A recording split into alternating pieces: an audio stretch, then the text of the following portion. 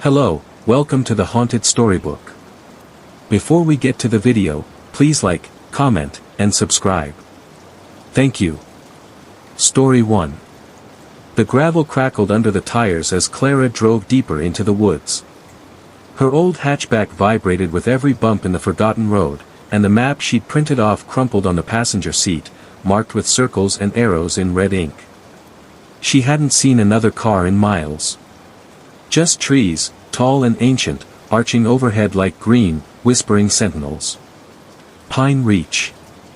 That was the name on the envelope. No return address. Just a yellowed letter from a distant relative she couldn't remember, inviting her to stay at the Lantern House. The promise of a small inheritance was enough to pull her away from her cramped city apartment and part-time night shifts. She pulled up to the clearing as the first hints of dusk painted the sky lavender.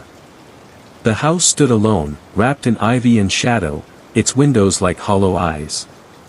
A lantern flickered on the porch, not electric, but real flame. Clara stepped out, taking in the cool scent of pine and damp leaves. A creak of wood echoed from the porch swing, swaying gently even though there was no breeze. As she approached, the lantern pulsed once, brighter than before, and then dimmed. A voice came from the shadows behind the door, muffled but calm. "Miss Avery, you've made it just before nightfall. That's good." She froze. "I didn't think anyone would be here yet." The door opened on its own with a sigh, revealing a long hallway washed in amber glow, old portraits, and heavy curtains. On the floor inside lay an envelope with her name in curled handwriting, Clara Avery. She picked it up, her pulse tapping gently in her throat. The house smelled like old cedar and something sweeter underneath. Something faintly floral, and decaying. With hesitant steps, Clara crossed the threshold, and the door whispered shut behind her. Clara stood in the foyer with the envelope clutched in her hand. The paper felt thick, the kind that resisted time. The name Clara Avery had been written in brown ink, slightly faded but unmistakably fresh, as if someone had penned it just hours ago. There was no stamp, no seal, just her name and the faintest scent of dried lavender clinging to the paper. She turned it over and opened it slowly. Inside was a folded piece of stationery, bordered in gold leaf, the words scrawled in elegant cursive. "Dearest Clara. If you are reading this, then you found the Lantern House, just as I hoped. Your great-aunt Maribel wished you to have it, her final wish, in fact. The house has its rhythms, its personality. It watches. It remembers. Be respectful, and it will remain kind. You'll find your room at the top of the stairs, first door on the left. Dinner is at 8. You won't be alone. D." Clara stared at the note, heart knocking softly in her chest. Dinner? Not alone. The air shifted slightly, as if the house had exhaled. She tucked the letter into her coat pocket and glanced around. The foyer was dim, lit by sconces shaped like lanterns that gave off a warm, pulsing light. The wallpaper peeled in quiet corners, and the hardwood floor beneath her boots creaked like it was murmuring to itself. Upstairs, a faint sound caught her attention, a soft thump, followed by a dragging noise. She stared at the staircase, its banister slick with age. The noise didn't repeat. With slow steps, she ascended. At the landing, the hallway yawned to the left and right. To the left, just as the letter said, was a wooden door, slightly ajar. Beyond it, shadows moved gently as if someone had just stepped out. She pushed it open fully. Inside was a room preserved in time, an antique vanity, quilted bed, thick curtains. A porcelain basin sat beneath a mirror fogged with dust. The bed was already turned down. Clara dropped her bag and turned to the mirror. For a moment, just a moment, her reflection wasn't alone. A flicker of movement. A pale figure in the background. Gone the second she turned. She pressed her hand to her chest and laughed, nervously. Just tired. But as she pulled her coat off and sat on the edge of the bed, she noticed something chilling, the scent again. Dried lavender, and something older. Something metallic. The lantern light outside her room flickered, once, then twice. Then it held steady. The grandfather clock at the end of the hall chimed 8 times, each gong slow and deliberate, echoing through the walls like footsteps. Clara startled at the final tone, its resonance deep and final, like a door shutting somewhere unseen. She smoothed her hair in the mirror and took a calming breath before heading down the stairs. The scent of something savory, rosemary and butter, drifted through the air, mingling with the ever-present lavender. The dining room, she quickly discovered, was at the end of the hallway, behind a door of dark stained oak. She pushed it open. A long table stretched before her, set with fine china and crystal glasses. The chandelier above flickered softly, throwing spiderwebs of gold across the ceiling. 2 place settings sat at one end. The third chair, empty, was tucked in neatly. A tall woman stood beside the fireplace, dressed in a deep green velvet gown. Her eyes, gray and unreadable, met Clara's with a faint smile. "You're right on time," she said. "Please, sit. I'm Delphine." Clara froze. "D, from the letter. You knew my great-aunt?" Delphine nodded slowly. "Very well. Maribel and I kept this house together for many years. She always said you'd come eventually." Clara took the seat opposite Delphine, trying not to look startled as the woman rang a small silver bell. From a side door, a younger girl appeared, no more than 13, wearing a faded servant's apron. She moved silently, gracefully, as she placed a covered dish in front of each setting. Clara leaned toward her. "What's your name?" The girl paused, her lips parting, but Delphine cut in smoothly. "She doesn't speak. Not allowed." The girl looked down and quickly left the room. Clara's stomach turned. The silver cover lifted to reveal a steaming portion of roast chicken, roasted carrots, and buttered potatoes, comforting, oddly nostalgic food. She hadn't realized how hungry she was. They ate mostly in silence, the only sound the clinking of silverware and the gentle crackle of the fire. "So," Clara finally asked, "how long have you been here?" Delphine looked thoughtful. "Time doesn't pass here the way it does out there. You'll come to understand that." Clara blinked. "Excuse me." Delphine smiled gently. "The lantern house listens, Clara. It dreams. It keeps the ones it favors, close." A draft whispered across the room. The chandelier flickered violently, then settled. Delphine raised her glass. "To new beginnings." Clara hesitated, then raised hers too. Their glasses clinked. From the corner of her eye, Clara thought she saw movement again, just beyond the door. When she turned her head, the hall was empty. But she no longer felt like the third chair was unoccupied. The night settled over the lantern house with a hush, save for the occasional creak of its aging bones. Evie lay awake in the small attic bedroom, the quilt pulled up to her chin.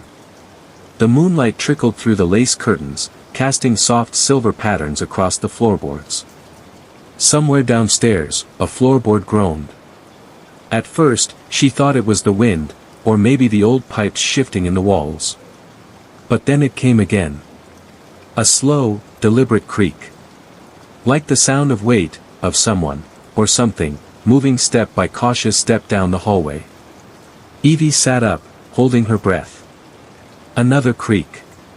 She climbed out of bed, her bare feet chilled by the wood floor. The house was colder now, as though the temperature had dropped with the sound. She tiptoed to the door and placed her hand on the knob. Her heart thumped steadily, anxious, but not quite frightened. Not yet. She opened the door. The hallway stretched out, quiet and empty. The wallpaper looked even more faded by moonlight, and the shadows were thicker in the corners. Evie took a step, then another. That's when she saw it. A trail of footprints in the dust, bare feet, small like hers, leading from her doorway to the end of the hall. And stopping right in front of the attic door. Evie's breath caught. She knelt and pressed her palm to the floor, feeling the cold grit of the dust that hadn't been disturbed in years, except for those footprints. They glimmered faintly in the moonlight, like silvered echoes left behind by something unseen. She stood, the hairs on the back of her neck prickling, and followed the footprints with slow, deliberate steps. Her fingers brushed the peeling wallpaper as she moved, and the scent of lavender and something metallic lingered, sharp and unsettling. At the attic door, she paused. The footprints ended abruptly. No sign of where they might have gone next. Her hand trembled slightly as she reached for the brass doorknob, chilled to the bone. A sudden, soft thud echoed from within the attic, as if something shifted in the darkness. Evie swallowed hard. The house, it seemed, was waking. Before she could pull the door open, a soft voice whispered behind her, so close she could almost feel the breath. "Do you see them too?" She spun around, heart hammering, but no one was there. Just shadows pooling beneath the staircase. "Who's there?" she whispered. The silence that answered was thick and heavy. Back downstairs, Clara was stirring in her chair, a sudden unease creeping into her chest. The flame of the lantern on the table flickered wildly, then steadied. She glanced toward the empty chair again. This time, the air felt colder. From the corner of her eye, she saw movement, just a flicker, like a pale hand reaching out from the darkened hallway. She blinked, and it was gone. Clara forced herself to finish her meal, but the comforting aroma of rosemary and butter was now tinged with something iron-like, like blood. "Delphine," Clara said quietly, "what did you mean? The house keeps the ones it favors close." Delphine's eyes gleamed with a strange light.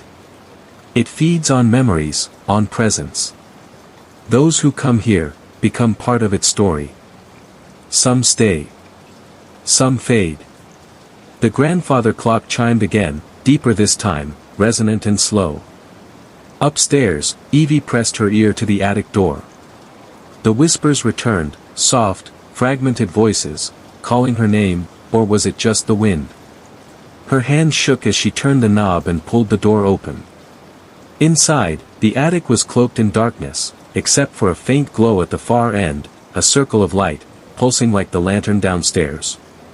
In the center, an old trunk sat, bound in rusted iron. The faint lavender scent was strongest here, mingled now with something metallic and raw. As Evie stepped closer, the trunk creaked open by itself.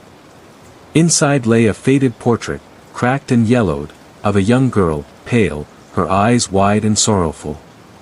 And beneath it, a folded letter, sealed with crimson wax. Evie reached for it, and the attic door slammed shut behind her. Downstairs, Clara heard the bang, then a scream, not Evie's, but something older, distant, like a memory struggling to break free. Delphine stood, her smile fading into something unreadable. "The house has found her," she whispered. "Now, we wait." Outside, the lantern on the porch pulsed once more, its light brightening to a fierce flame that cast long, twisting shadows into the surrounding trees. And deep within the walls of the lantern house, something stirred, watching, waiting for the night to fully come. The silence that fell after the scream was thick and suffocating. Clara's fingers trembled as she stood from the table, eyes fixed on the attic stairwell that spiraled upwards into darkness. She felt the weight of the house's gaze pressing down on her, heavy and unrelenting. She hurried toward the stairs, calling softly, "Evie. Are you all right?" No answer. Each step groaned beneath her feet, as if protesting her ascent. The scent of lavender mixed with something coppery, the metallic smell of old blood, grew stronger, clawing at the back of her throat. At the top, the hallway stretched ahead, shadows pooling thick and black like spilled ink. Clara's heart pounded as she moved toward Evie's room, then stopped abruptly in front of the attic door.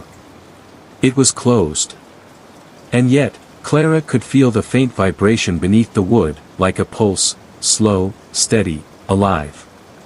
She grasped the doorknob, the cold iron burning her palm, and slowly turned it.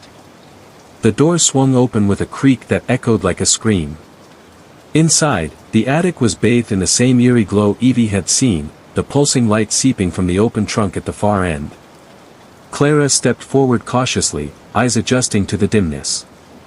The portrait lay face up, the girl's eyes seeming to follow her, hollow and sorrowful. Clara reached out, fingertips grazing the cracked surface. Suddenly, the trunk snapped shut with a clang that made her jump back. The attic door slammed behind her with a violent thud. A cold breath swept past her ear. "Welcome home, Clara."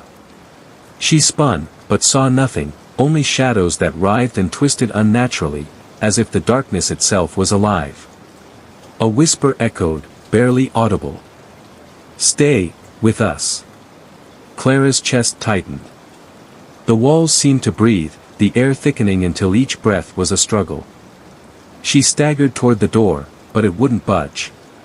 The whispers grew louder, weaving into a chorus of voices, children's laughter, a woman's lullaby, a man's angry muttering, ghosts tangled in the fabric of the house's memory. From the corner, the small girl in the faded apron appeared again, her face pale and expressionless. She raised a trembling hand and pointed toward the portrait. Clara's gaze followed.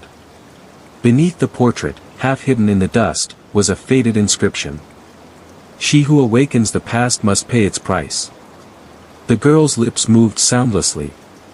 Suddenly, the lantern light outside the attic windows flared into a brilliant blaze, casting grotesque shadows that danced across the walls. The voices surged into a crescendo, a desperate, sorrowful cry. And then, everything went black. When Clara's eyes fluttered open, she was lying on the cold floor of the foyer, the heavy front door wide open, letting in the gray dawn. Evie stood above her, pale but unharmed, her eyes wide with fear. "We have to leave," Evie whispered urgently. Clara struggled to her feet, the house behind them silent now, as if holding its breath. But the weight of its gaze lingered, pressing on her soul. Outside, the first rays of sun pierced the trees, but the shadows of the lantern house already stretched long and deep. As they drove away down the gravel road, Clara glanced back once. The lantern on the porch flickered, just once. Then, it went out. But in the rearview mirror, for a heartbeat, she thought she saw a pale hand waving. And a whisper on the wind. "Stay, forever." The miles slipped by beneath the tires, but the sense of being watched never left Clara's skin. The trees along the road seemed to lean closer, their branches reaching like twisted fingers grasping at the fading light. Evie sat silently beside her, eyes fixed on the rearview mirror, as if trying to catch a glimpse of what Clara couldn't shake. Did you see it?" Evie finally whispered, voice trembling. Clara swallowed hard, fingers tightening on the steering wheel. "I think the house doesn't want to let us go." Evie shivered. "It wants us to stay." The map on the passenger seat, crumpled and stained, seemed to pulse faintly in the twilight. Clara glanced down and noticed a new mark, an X, drawn in the same brown ink as the letter, right where the gravel road met the main highway. But there was something else, a tiny circle beneath it, glowing faintly, almost like a heartbeat. A sudden knock echoed inside the car. Clara's breath caught. She spun toward the sound, but no one was there. Just the whispering wind and the shadows playing tricks. The headlights flickered. The engine sputtered. The car stalled. Outside, the air grew cold enough to see their breath, even though it was midsummer. Evie's eyes widened as a figure appeared in the distance, stepping out from between the trees. Tall, cloaked in black, face hidden beneath a hood. The lantern it carried cast long, flickering shadows that danced across the road like flames. "Who?" Clara started. But the figure raised a pale hand, silent and commanding. "Don't move," a voice whispered in her mind. Not spoken aloud, but felt, a cold touch curling into her thoughts. The door creaked open behind her. From the shadows, the girl in the faded apron stepped forward. Her lips parted, this time speaking a single word, low and haunting. "Return." The figure with the lantern drew closer, and Clara saw the eyes beneath the hood, empty, like deep wells of darkness that swallowed the light. The car's radio crackled to life, static hissing, then a faint melody, a lullaby she hadn't heard since childhood, sung in a voice both sweet and broken. Clara's vision blurred. Memories flooded in, laughter in sunlit rooms, a small hand reaching for hers, a face long buried in time. But the figure moved faster. Before she could react, the lantern's flame flared bright, engulfing the car in searing light. Clara shut her eyes. When she opened them, they were back at the clearing, the lantern house looming before them like a beast waiting. The gravel cracked beneath their feet as they stepped out, drawn forward by an unseen force. The house's windows gleamed like eyes, brighter than before. Delphine appeared on the porch, her smile wide and knowing. "Welcome back, Clara." "Evie." The small girl's silent voice echoed again, fading with the night. "There is no leaving the house once it calls you home." Behind them, the lantern pulsed once more, steady and relentless, lighting the way deeper into darkness. Clara's legs felt rooted to the spot, every step forward heavier than the last. Evie's grip tightened around her wrist, cold and unyielding, pulling her toward the front porch of the lantern house.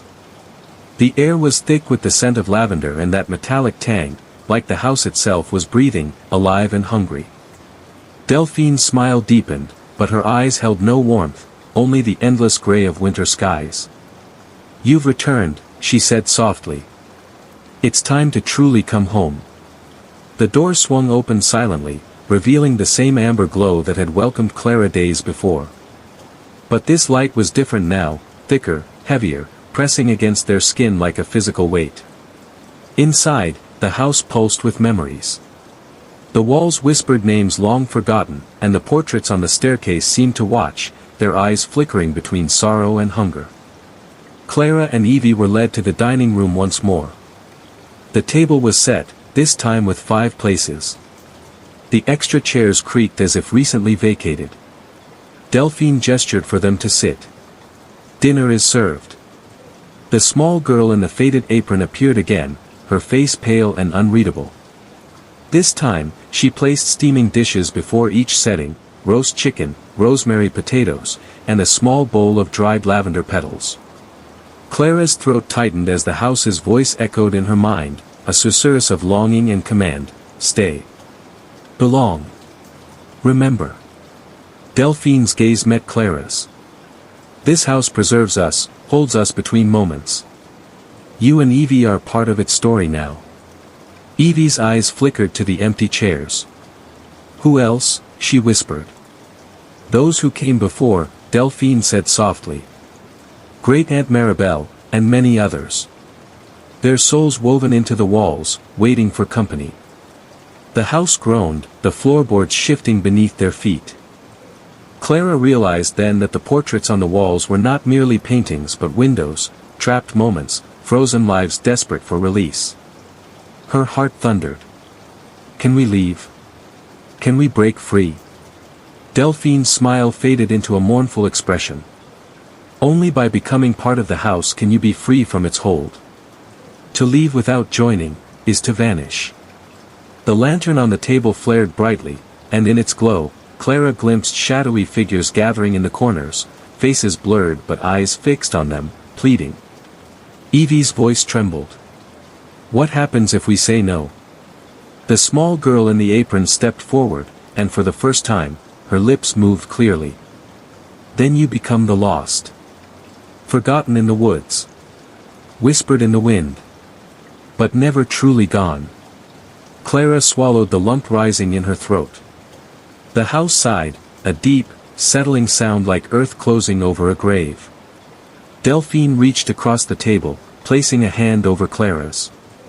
"Choose, Clara. Belong to the house, or be lost beyond its reach." The flame of the lantern flickered once.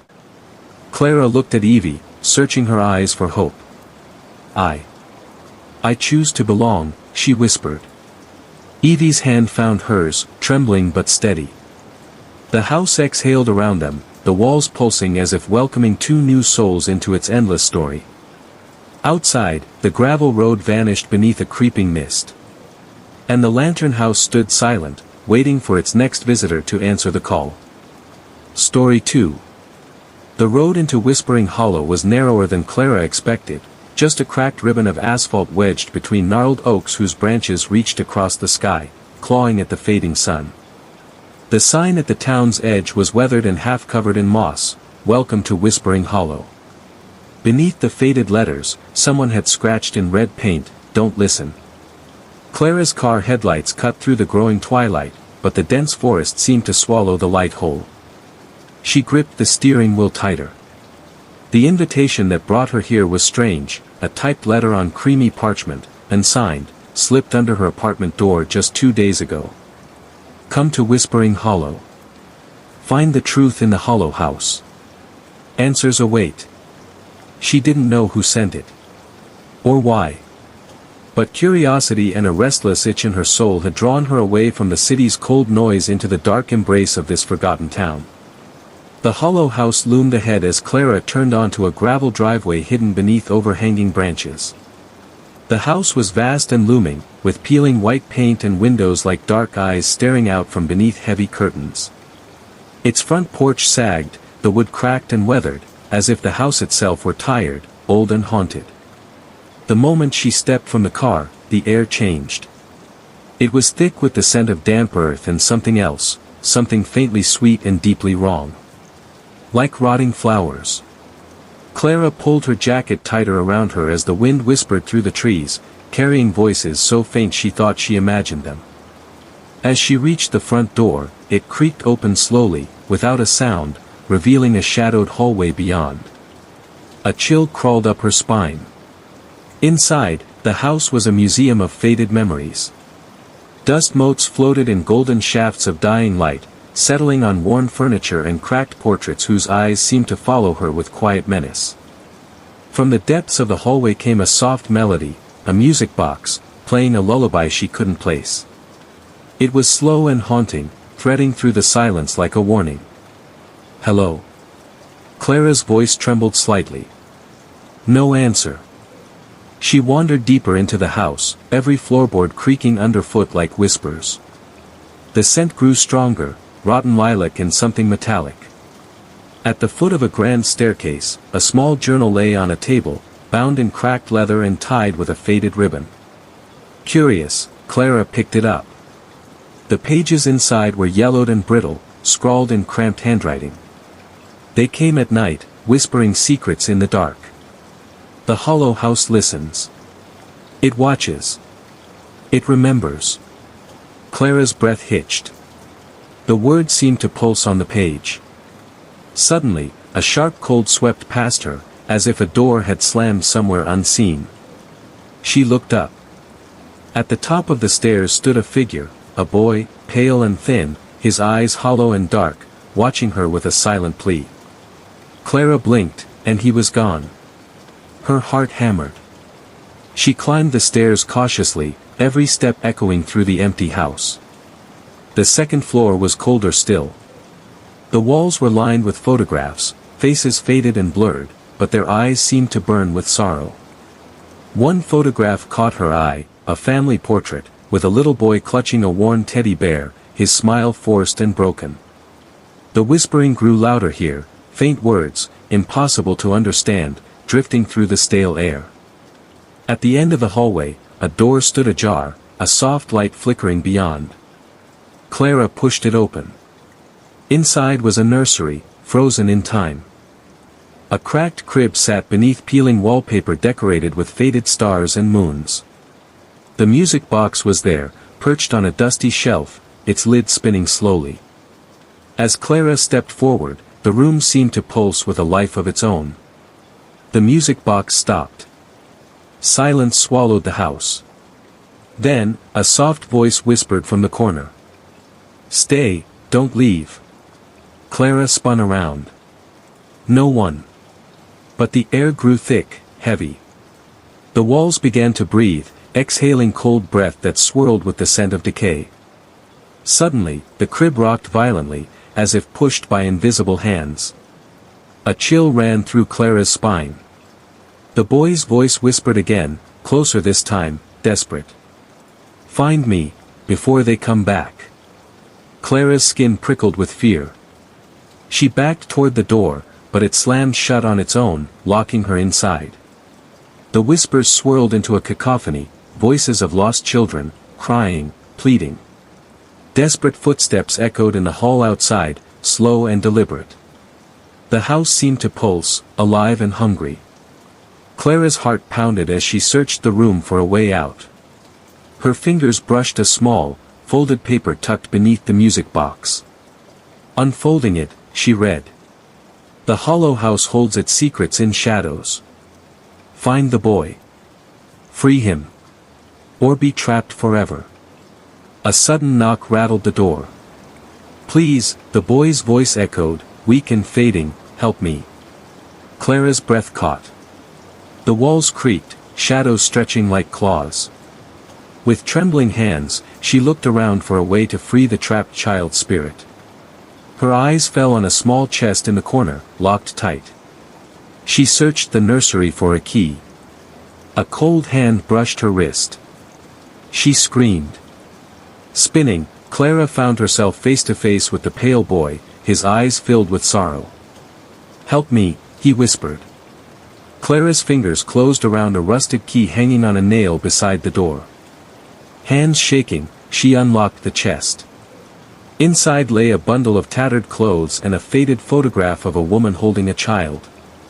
As she touched the photo, the room trembled. The voices quieted. The door creaked open. Clara stepped out into the hallway, the boy's figure glowing faintly behind her, a gentle smile on his face. The house sighed, a long, mournful breath. The front door beckoned, light spilling from the outside world. Clara didn't hesitate. As she crossed the threshold, the house seemed to settle, its whispers fading into silence. But as she glanced back once more, the windows gleamed like eyes, watchful, waiting for the next visitor drawn by the hollow's call. Story 3. The late afternoon sun hung low behind thick gray clouds as Marcus pulled his aging pickup truck onto Blackwood Lane. The gravel crunch beneath the tires was harsh and uneven, a sharp contrast to the smooth highway he'd just left. He glanced at the worn envelope on the passenger seat, no return address, just his name scrawled in uneven ink. Your inheritance awaits. The house holds more than memories. Come alone. The message had come without explanation, but curiosity and the promise of something more than his cramped city apartment had brought him here. The house appeared suddenly through the gathering mist, a tall, narrow structure squeezed between overgrown hedges and skeletal trees. Its peeling paint revealed faded blue beneath, windows boarded with cracked wood. A rusted gate swung slowly in the cold breeze. Marcus stepped out, the air thick with damp earth and the faint scent of something burnt. The gravel path was choked with weeds, and every footstep seemed to echo unnaturally in the stillness. He hesitated at the gate, then pushed it open with a groan. The porch creaked beneath him, boards warped and weathered by decades of rain and neglect. A single lantern hung from a crooked hook near the front door, its glass cracked but faintly glowing with a pale, flickering light. The door was ajar. Marcus pushed it open further, and the house exhaled, a stale breath of dust, rot, and something metallic. Inside, the air was colder, thick with the smell of old wood and forgotten sorrow. He found himself in a narrow hallway lined with faded wallpaper stained by water damage and age. A cracked mirror hung crooked on one wall, reflecting a dim, distorted version of himself. From somewhere deep in the house, a faint melody drifted, piano notes, slow and haunting. Marcus's footsteps echoed as he moved cautiously toward the sound, drawn down a twisting staircase that groaned beneath his weight. At the bottom, he entered a parlor frozen in time. A grand piano sat in a corner, keys yellowed and chipped, a thin layer of dust settled across its surface. But the melody continued, soft, melancholy, as if played by unseen fingers. On a side table lay a journal bound in cracked leather. Marcus opened it, reading the spidery handwriting. They came in the night. Shadows that whispered secrets no one should hear. The house listens and holds the restless close. A chill swept through the room, and the piano stopped. The silence pressed in. Suddenly, a faint tapping echoed from the fireplace. Marcus approached, heart pounding. In the hearth, a small wooden box sat half buried in ash. He knelt and pulled it out. Inside was a locket, tarnished and cold. He opened it, revealing a faded photograph of a woman smiling sadly. The house seemed to sigh, a long, slow groan that vibrated through the floor. From the shadows, a figure emerged, a woman, translucent and pale, her eyes hollow but searching. "Why have you come?" she whispered, voice like wind through dead leaves. Marcus swallowed hard. I don't know. The letter. Her gaze softened. The house does not give its secrets lightly. You must see. She reached out, and suddenly the room shifted. Walls faded, replaced by swirling mists. Marcus found himself in a long corridor, lined with dozens of doors, each one whispering faint voices and flickering shadows. "Choose wisely," the woman said. "Each door holds a story, and a fate." Marcus stepped forward, heart racing. He opened the nearest door. Inside was a room bathed in moonlight. A child sat on a rocking chair, eyes fixed on the window, waiting. The child's lips moved silently. Marcus felt a sudden weight on his chest. He closed the door quickly, stepping back into the corridor. The whispers grew louder. Doors opened and closed on their own, revealing fragments of lives, joy, sorrow, terror. The woman's voice echoed behind him. "Only by facing the past can you find your way out." Marcus's breath came ragged as he moved through the endless hall. A door at the far end called to him, a soft glow spilling beneath it. He opened it. Inside was a room filled with mirrors. His reflection fractured into countless versions, some smiling, some crying, some twisted in fear. The woman appeared beside him. "Here, the house shows you yourself." Marcus stared into the glass, feeling years of pain, regret, and loneliness reflected back. Suddenly, the mirrors shattered. He was thrown backward into darkness. When he opened his eyes, he was back in the parlor. The woman smiled gently. "You are ready." The front door creaked open. Sunlight spilled in. Marcus stepped outside, the weight on his chest lifting. The house settled behind him, quiet and waiting. As he walked away, the lantern on the porch flickered once, then died. And deep within Blackwood Lane, the house whispered its hunger, patient for its next visitor.